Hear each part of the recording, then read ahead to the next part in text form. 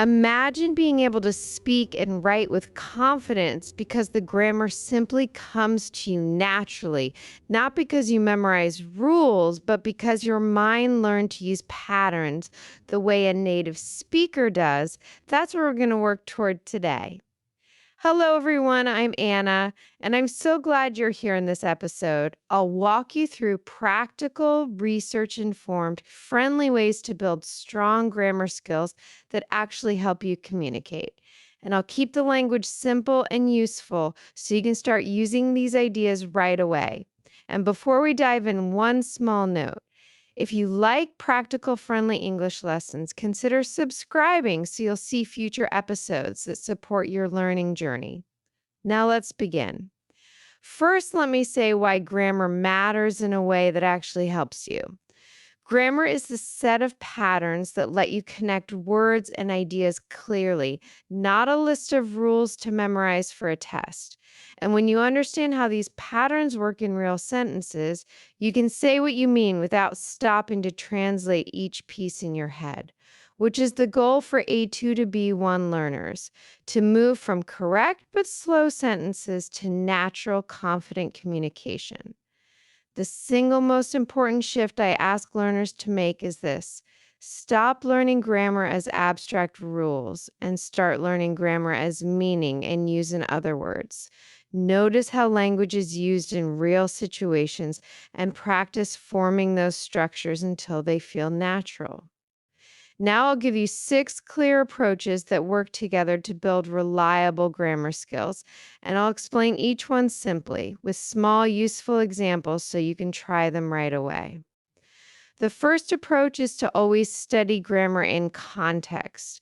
Instead of memorizing an isolated rule, study short, real sentences that show how the structure is used. For example, rather than learning the rule for present continuous in the abstract, look at sentences like, I am meeting a friend after work, or she's studying for her test this week, and ask yourself what these sentences do.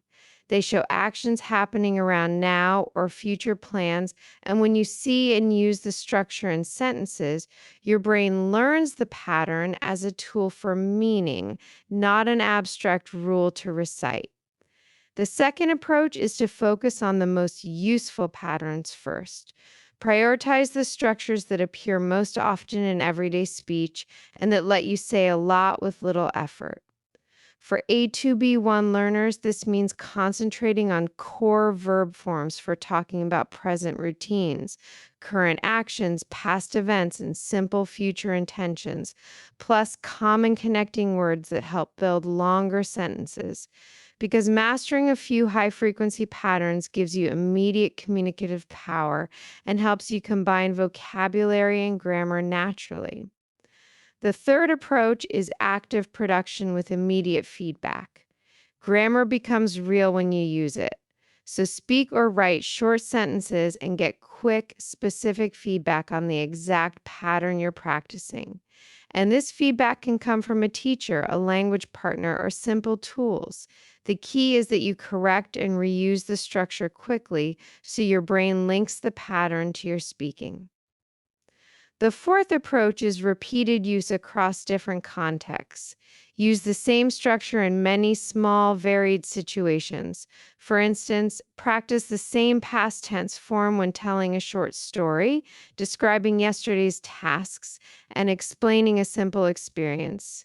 Seeing the pattern in different contexts helps your brain generalize it and makes it easier to recall in real conversation. The fifth approach is noticing and comparing. When you read or listen, pause to notice the grammar choices and ask yourself why a speaker used one structure instead of another. For example, comparing I have seen that movie and I saw that movie helps you understand subtle differences in meaning and timing. And this kind of noticing trains your intuition about form and function. The sixth approach is to make grammar part of your daily routine in small, achievable doses that add up over time. 5 or 10 focused minutes each day using the structure you want to learn beats a rare 2-hour cram session. because learning that sticks is built by consistent, spaced practice that brings the pattern back into your short-term memory and then your long-term memory. Now let's go a little deeper into each of these approaches so you can put them into action easily. With context-based study, pick short, authentic sentences from material you enjoy, a line from a simple article, a sentence from a short podcast, or even a phrase from a TV show, and write down one or two sentences that show the structure. Use those sentences as models, then make two or three of your own that mean something to you. When grammar is tied to personal meaning, it becomes memorable. The reason this works is simple. Meaningful examples create stronger memory links than abstract rules, and the act of producing your own sentences forces your brain to assemble the pattern rather than only recognize it. For prioritizing useful patterns, think about the functions you need right now. Do you need to describe daily routines, tell stories about the past, explain plans, or give simple reasons? Once you identify the functions that matter, choose the grammatical structures that serve those functions and practice them until they become comfortable. For example, if you need to talk about plans, focus on the simple future forms people actually use and practice saying short phrases that express plans, like, I'm going to study tonight, or I will call you tomorrow, and adapt those frames to your own life. When it comes to active production and feedback, look for ways to get quick corrections if you have a teacher. Or tutor, ask for targeted feedback on one structure. And if you don't, record yourself saying a short paragraph and compare it to a native speaker model. Or use a language exchange partner who can point out one or two small corrections and then let you try again. The faster the correction and the immediate reuse of the corrected form, the more your brain updates the correct pattern. For repeated use across contexts, apply the same structure to different topics. If you're practicing a comparative structure like bigger than or more interesting than, describe a laptop, a movie, and a city using the same comparative frame. The repetition across topics trains your brain to retrieve the grammatical frame without searching for it. Now think about noticing and comparing. When you read or listen, highlight one structure you want to learn and collect three natural examples.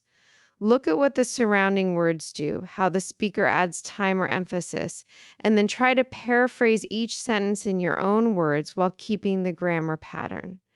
This active comparison builds a deeper understanding than passive reading. For the routine practice, schedule tiny daily exercises with clear focus. Pick one grammatical pattern for the week. Make a short list of 5 example sentences and use them during your day in small moments, in your head, aloud, or in short messages, so the structure becomes familiar and automatic. Next, I want to address a few practical tools and habits that make these approaches realistic and effective without naming a specific branded tool. First, use a simple review rhythm. Review a structure after a short delay, then again after a longer delay, and again after several days, because revisiting a pattern at increasing intervals helps move it from fragile memory into reliable skill. Second, use short production sprints where you speak or write a few sentences using the pattern. Then immediately revise those sentences for accuracy and clarity. This cycle of produce, correct, reproduce accelerates learning.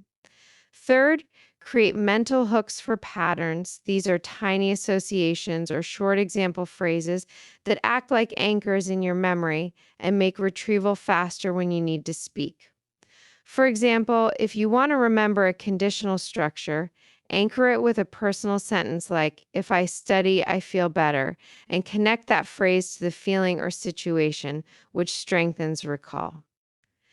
Let's talk now about errors and how to use them as fuel for learning rather than obstacles. When you make a mistake, focus first on clear communication. Did the listener understand you? If the answer is yes, then treat the error as a diagnostic clue what part of the pattern was missing or incorrect. Write that small point down, correct it, and practice the corrected sentence right away. This turns mistakes into focused practice rather than discouragement. Research and experienced teachers emphasize this immediate correction and reuse cycle because it helps the brain associate the correct form with the communicative success you experienced. Another important point is to integrate grammar with skills you already enjoy. If you like stories, listen to short narratives, and pay attention to sentence structures that show past events or cause and effect. If you like recipes, notice imperative forms and sequencing words like first, next, then. If you like tech videos, watch short explanations and notice explanation frames such as this does X because this makes grammar learning less of a chore and more of a natural byproduct of things you already choose to do. I want to give you a short practical plan you can use over 4 weeks to strengthen grammar without overwhelming your schedule. Week 1, choose one high value pattern and find or create 3 meaningful example sentences. Then produce 5 sentences about your own recent experiences using that pattern every day. Week 2, expand to 2 related patterns and do short comparative exercises. Use each pattern in 3 different contexts. Week 3, seek quick feedback, record a 1-minute monologue using the week's patterns and revise it, or ask a tutor or language friend for 2 small corrections and then practice the corrected forms. Week 4, review everything, use the patterns in short conversations or messages, and reflect on progress. Then choose the next pattern and repeat the cycle. This slow, iterative rhythm gives you focused practice and ensures you're moving forward. Now, let's clear up some myths that often slow learners down. Myth 1 is that grammar must be perfect before you speak, when in reality, accuracy improves with use and feedback. Myth 2 is that you must memorize many rules to be fluent, whereas the truth is fluent, speakers rely on a set of common patterns used often, and building those patterns is more effective than memorizing everything. Myth 3 is that grammar learning is boring. You can make it interesting by tying it to real topics you care about and by using short dynamic activities rather than long passive study sessions. Moving on, for learners between A2 and B1, focus on these priority areas because they unlock the ability to communicate verb forms for present, past, and common future expressions, simple connectors and linking words that build longer sentences, common question and negation forms, so you can ask and answer about everyday items, and basic conditionals and expressions used to express preference, possibility, and obligation. Master these patterns in context, and you'll see a rapid improvement in your ability to handle normal conversations. I also want to emphasize the power of short, immediate production tasks in the midst of your day. Force yourself to produce a short description using the structure you're practicing. For example, after you finish a task, say in English, one short sentence describing it using the week's grammar focus. This micro practice takes just a few seconds but compounds daily into significant gains. Next, let's discuss how to find useful examples and how to avoid overload. Choose sources at or slightly above your level and extract only a few useful sentences each study session. Quality is better than quantity because deeply processed examples lead to stronger memory. If you extract 3 sentences, break them down, paraphrase them, and make your own versions.